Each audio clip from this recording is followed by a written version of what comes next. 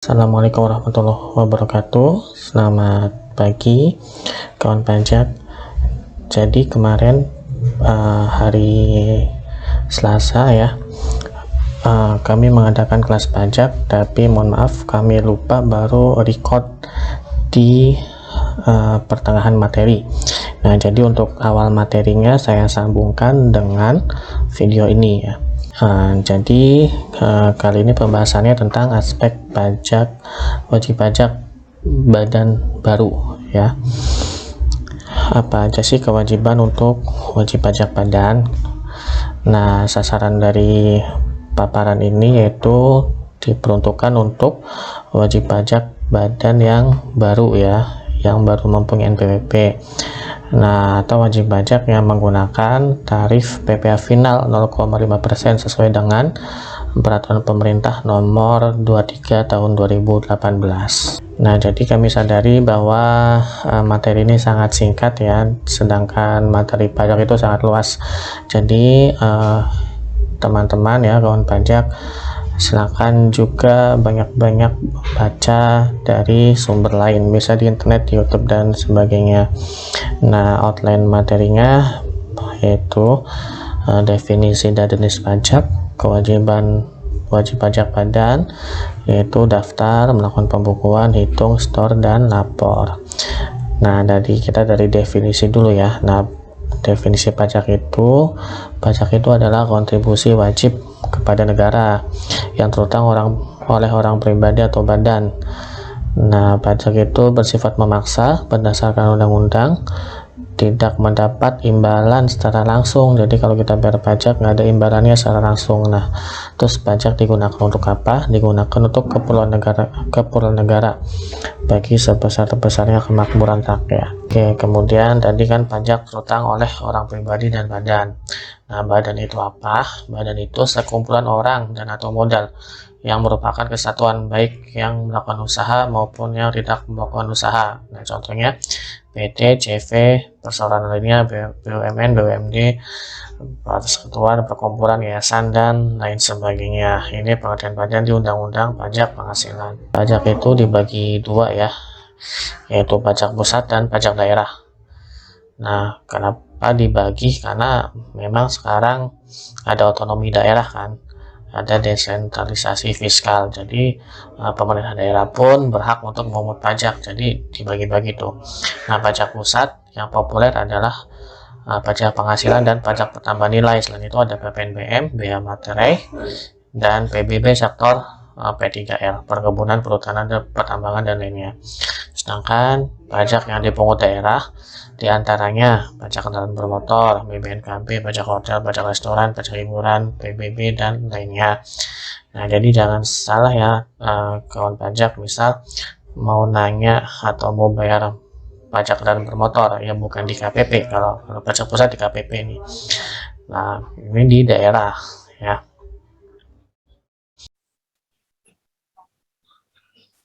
Oke, untuk kewajiban wajib pajak badan, yang pertama adalah mendaftar, ya. Kedua, melakukan pembukuan, yaitu membuat laporan keuangan minimal neraca dan laba rugi. Kemudian yang ketiga ada menghitung sendiri pajak yang terutang. Nah, keempat yaitu bayar atau setor.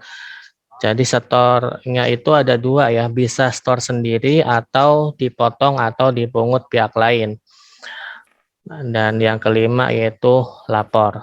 Nah, yang pertama mendaftarkan diri. Saya yakin kalau yang ikut kelas pajak di sini sudah punya NPWP ya. Nah, mendaftarkan diri itu artinya setiap wajib pajak yang telah memenuhi persyaratan subjektif dan objektif wajib mendaftarkan diri ke kantor Direktorat Jenderal Pajak yang wilayah kerjanya meliputi tempat tinggal atau tempat kedudukan wajib pajak dan kepadanya diberikan NPWP.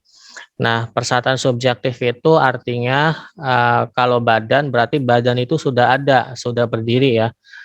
Nah, kalau objektif berarti si badannya sudah melakukan kegiatan usaha. Nah, gitu. Kalau misal badannya sudah berdiri dan melakukan kegiatan usaha, maka wajib untuk daftar dan punya NPWP ke KPP tempat kedudukan badan tersebut. Nah, yang kedua yaitu kewajibannya melakukan pembukuan ya. Nah, wajib pajak badan di Indonesia wajib menyelenggarakan pembukuan. Nah, terus pembukuan harus diselenggarakan dengan memperhatikan iktikat baik dan mencerminkan keadaan atau kegiatan usaha yang sebenarnya. Terus pembukuan sekurang-kurangnya terdiri atas catatan mengenai harta, kewajiban, modal. Nah, harta kewajiban modal kita biasa mengenalnya neraca ya atau laporan posisi keuangan. Kemudian penghasilan dan biaya serta penjualan dan pembelian. Nah, ini dikenal dengan laporan laba rugi. Nah, sehingga dapat dihitung besarnya pajak yang terutang. Nih, ini ada di pasal 28 Undang-Undang KUP. Nah, jadi setiap tahun badan ya PT, CV dan lainnya itu wajib membuat pembukuan atau ya minimal laporan keuangannya neraca dan laba rugi ya. Nah, kalau formatnya nanti bisa diunduh di sini ya. Di internet juga banyak, tapi kita juga menyediakan contoh formatnya. Di sini nanti PPT-nya kami share juga ya di akhir acara. Nah, kemudian yang ketiga menghitung pajak. Nah, untuk wajib pajak baru yaitu berlaku PP. PP itu Peraturan Pemerintah Nomor 23 Tahun 2018. Nah, Bapak Ibu bedakan ya PP 23 dan PPh pasal 23. Nah, kalau PPh pasal kan nomornya sama nih 23. Nah, kalau PP 23 Peraturan Pemerintah Nomor 23 ini mengatur tarif pajak 0,5% untuk wajib pajak baru ya. Nah, kalau PPh pasal 23 itu lain lagi ngaturnya. Nah, jadi kalau yang tanya ke kami itu kadang-kadang keliru ya. Ini pengennya ini, nanyanya itu gitu. Nah, kalau PP 23 isinya itu jadi atas penghasilan dari usaha yang diterima atau diperoleh wajib pajak dalam negeri ya yang memiliki peredaran bruto atau omset tidak lebih dari 4,8 M dalam 1 tahun. Nah, pajaknya dikenai PPh final sebesar 0,5% dikali peredaran bruto setiap bulan. Ya. Jadi misal PTA baru berdiri nih tahun Oktober 2022 dan November langsung ada kegiatan usaha. Terus omset November misal 10 juta. Nah, maka PPh-nya 0,5% dikali 10 juta. Nah, gitu. Nah, besarnya peredaran bruto merupakan jumlah peredaran bruto dalam 1 tahun. 1 tahun pajak terakhir sebelum tahun pajak bersangkutan yang dihitungkan besarnya keseluruhan peredaran bruto dari usaha termasuk peredaran bruto dari cabang ya. Nah, ini penghasilan dari usaha yang tidak menggunakan tarif 0,5%. Jadi ada pengecualiannya ya. Nah, yang pertama penghasilan yang diterima atau diperoleh di luar negeri. Nah, kayaknya kalau di Cibinong jarang. Nah, yang dua nih yang sering penghasilan yang telah dikenai PPh final. Ini maaf salah ketik final dengan ketentuan peraturan perundang-undangan perpajakan tersendiri. Nah, contohnya jasa konstruksi. Jadi kalau misal KLU Bapak Ibu itu jasa konstruksi, maka PPh-nya bukan 0,5%, tapi ada tarifnya sendiri ya. Ada peraturan pemerintah yang mengatur tentang PPh jasa konstruksi. Kemudian persewaan tanah dan bangunan. Jadi misal Bapak Ibu melakukan kegiatan usaha, misal jual barang, jual ya barang dagangan gitu, tapi Bapak Ibu juga menyewakan ruko. Nah, atas sewa ruko ini enggak dikenakan 0,5% ya, tapi ada tarifnya tersendiri yaitu 10%. Atau pengalihan hak atas tanah dan bangunan, misal Bapak Ibu jual tanah ya, badannya jual tanah, nah itu enggak 0,5% ya, tapi ada tarifnya tersendiri. Nah, kalau pengalihan hak atas tanah dan bangunan itu 2,5%. Nah, kemudian penghasilan yang dikecualikan dari objek pajak. Ya mungkin ini aja ya, nomor 2 yang hati-hati ya untuk pengenaannya. Jadi enggak semua kegiatan usaha dikenakan 0,5.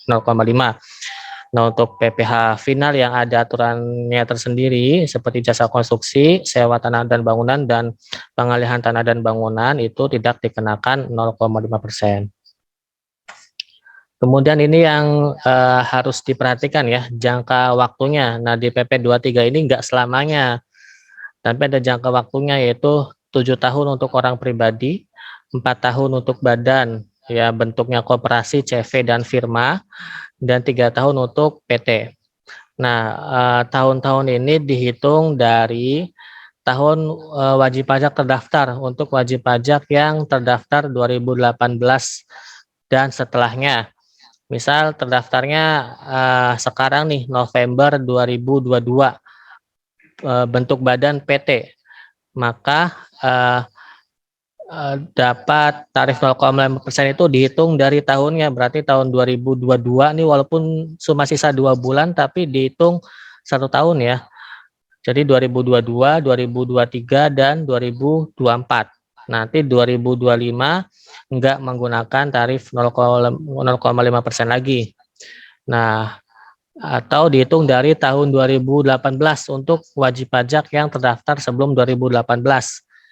Ya, misal terdaftar 2017 berbentuk CV, maka 0,5% berlaku 4 tahun dari 2018, 18, 19, 2020, 2021. Nah, 2022 tahun ini ya bentuknya CV ya. Kalau terdaftarnya 2017 maka nggak bisa lagi menggunakan 0,5%. Nah, terus ngitungnya gimana? Nanti dijelaskan di slide berikutnya. Nah, ini contohnya ya, CV maju bersama omset 2021 3M. Ini berarti kan masih kurang dari 4,8. Terdaftar 1 Agustus 2017. Apakah tahun 2022 masih boleh menggunakan tarif 0,5%? Ya, jawabannya nggak boleh ya. Nah, walaupun omsetnya masih di bawah 4,8, nah CV maju bersama hanya boleh menggunakan tarif 0,5% selama 4 tahun, yaitu 2018, 19, 2020, 2021 ya, karena dia terdaftarnya 2017. Nah, sehingga tahun 2022 harus menggunakan tarif normal Undang-Undang PPh.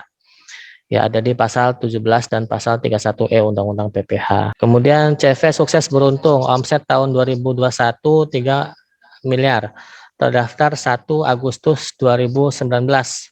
Apakah tahun 2022 masih boleh menggunakan tarif PPh 0,5%? Jawabannya boleh ya. CV jangka waktunya 4 tahun. Nah, dihitung dari 2019 ya, 2020, 2021, 2022. Berarti 2022 masih boleh menggunakan tarif 0,5%.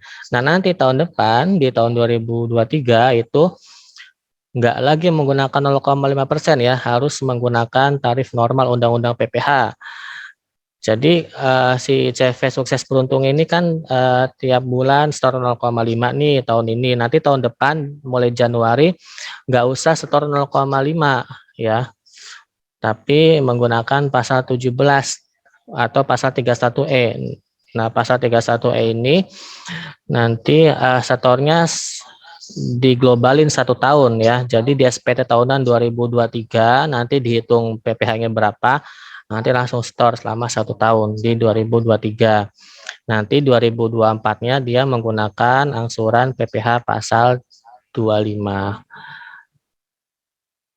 Nah, kemudian wajib pajak yang menggunakan tarif 0,5% wajib mencatat daftar peredaran bruto dan penyetoran PPh final. Nah, contoh formulirnya seperti ini ya. Jadi tiap bulan dicatat nih penghasilan bruto dan PPh final yang disetorkan. Gitu. Nah, kemudian kewajiban yang keempat adalah store PPh final 0,5%. Nah, caranya ada 2 nih, bisa store sendiri atau dipotong atau dipungut pihak lain. Nah, contoh yang store sendiri, nah misal Bapak Ibu punya usaha sendiri ya, toko gitu. Nah, dia store sendiri. Pertama caranya buat kode billing di DJP online atau di aplikasi M-Pajak, nanti bisa download di Play Store ya, atau bisa juga di layanan mandiri KPP. Nah, nanti kode jenis pajaknya di e-billing ini, jenis pajaknya pilih 411128 PPh final, kode jenis setorannya pilih 420 final UMKM di store sendiri. Nah, kemudian gunakan ID billingnya untuk setor pajak melalui bank, kantor pos, atau lembaga persepsi lain. Nah, daftarnya bisa dilihat di link store-nya paling lambat tanggal 15 bulan berikutnya, misal November. Omset selama November, misal tadi 10 juta ya, 0,5%-nya kan berarti 50.000. Nah, 50.000 nanti distorkan paling lambat 15 Desember. Nah, kan tadi di DJP online ya atau di M-Pajak. Nah, untuk akses DJP online ini atau M-Pajak saat ini membutuhkan EVIN. Nah, kode EVIN ini minta ke KPP terdaftar ya. Jadi kalau terdaftarnya di KPP Cibinong, silakan minta ke ini email ini kpp.403@pajak.go.id ya, atau bisa juga minta ke Kering Pajak 1.500-200 live chat di pajak.go.id atau di Twitter di Kering Pajak. Ini bagi yang belum punya akun DJP online. Nah, kemudian ada juga yang mekanismenya dipotong pihak lain. Nah, contoh kasusnya gini, kalau misal Bapak Ibu bertransaksi dengan pemotong atau pemungut pajak ya. Pemotong atau pemungut pajak itu contohnya instansi pemerintah atau badan lain, PT atau CV lain ya. Nah, wajib pajak dapat dipotong PPh 0,5% dengan syarat menyerahkan surat keterangan PP 23, bentukannya seperti ini, surat keterangan memenuhi kriteria sebagai wajib pajak berdasarkan peraturan pemerintah nomor 23 tahun 2018. Nah, kepada pemotong dan pemungut. Contohnya misal PTA menjual barang ke Dinas Pendidikan. Nah, kalau nggak punya suket PP 23, nah PTA ini bakal dipungut atau dipotong PPh pasal 22 oleh Dinas Pendidikan ya, tarifnya 1,5%. Nah, kalau PTA punya suket PP 23 seperti ini, PTA hanya dipotong PPh final 0,5% ya. Jadi hemat 1% nih. Gitu. Kalau transaksinya misal 100 juta, harusnya dipotongnya 1,5, 1.500.000. Nah, kalau punya suket PP 23 hanya dipotong 0,5 yaitu 500.000 gitu. Atau misal PTA menjual jasa ya, misal servis AC gitu ke Dinas Pendidikan. Kalau nggak punya suket PP 23, maka dikenakan PPh pasal 23 atas jasa sebesar 2%. Ya, kalau punya suket PP 23 hanya dipotong 0,5%.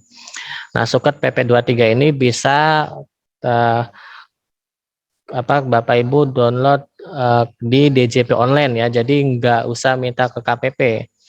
Download di DJP online, menu layanan, info KSWP untuk keperluan suket PP 23. Nanti mungkin setelah paparan ini saya akan coba demokan sedikit ya cara download suket PP 23 di DJP online.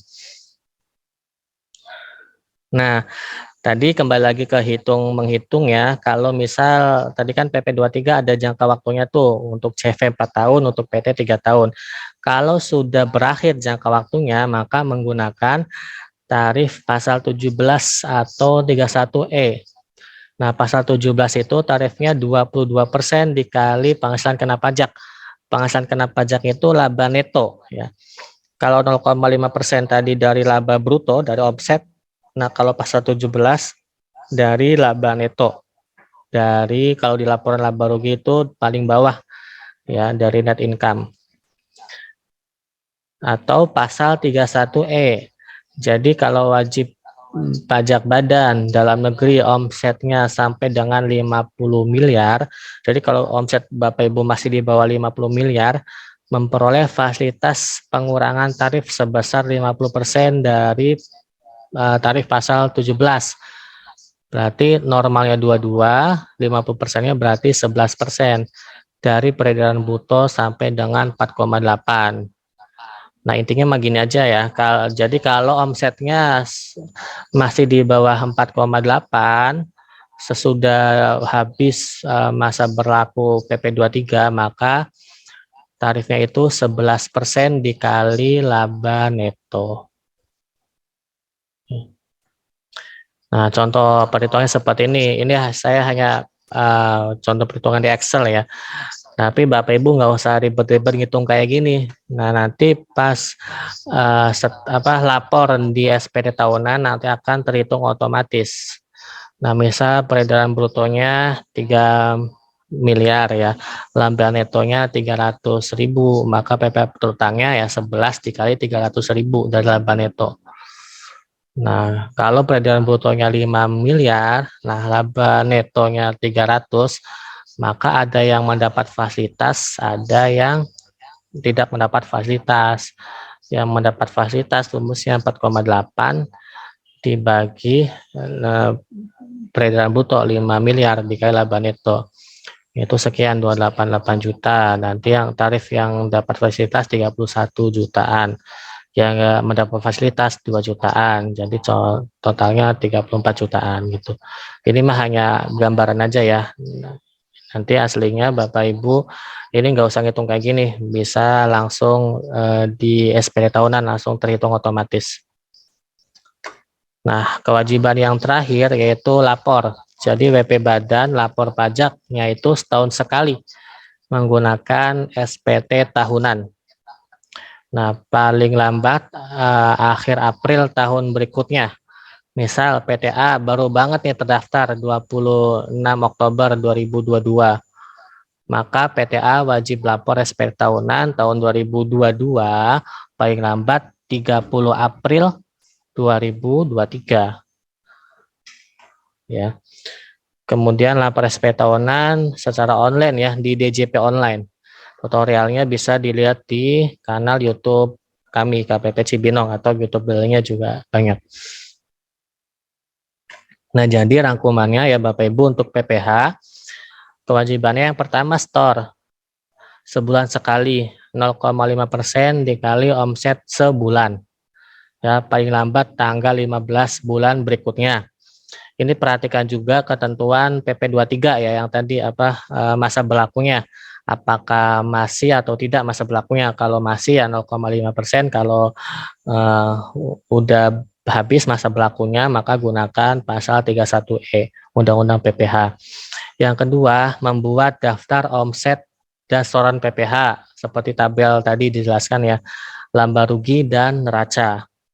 Nah, daftar omset, laba rugi dan neraca ini nanti bakal dilampirkan dan dilaporkan di SPD tahunan.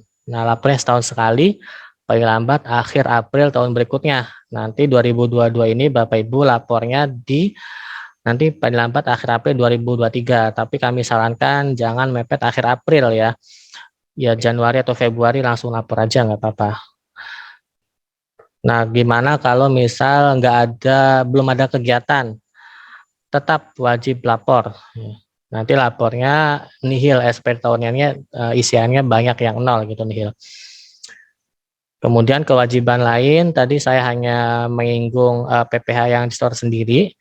Nah, kewajiban lainnya ada juga ya, selain PP yang di store sendiri, seperti yang telah dijelaskan, terdapat juga kewajiban pemungutan dan pemotongan dan pemungutan PPH, PPH output ya, jika terdapat transaksi tertentu, ya seperti PPH pasal 21, 22, 23, 4 ayat 2, dan 15. Yang sering di Cibinong itu 21 dan 23, ya 21 itu pemotongan PPH kepada karyawan ya atau dari pemberi kerja ke penerima penghasilan orang pribadi, intinya seperti itu. Kalau PPH pasal 23 itu yang seringnya atas jasa dan sewa selain tanah dan bangunan. Nah, kalau PPH pasal 22 malah Bapak Ibu yang dipotong, seperti tadi contohnya kalau jual barang ke instansi pemerintah. Kalau 15 ini jarang, ini untuk pelayaran dan penerbangan. Ya.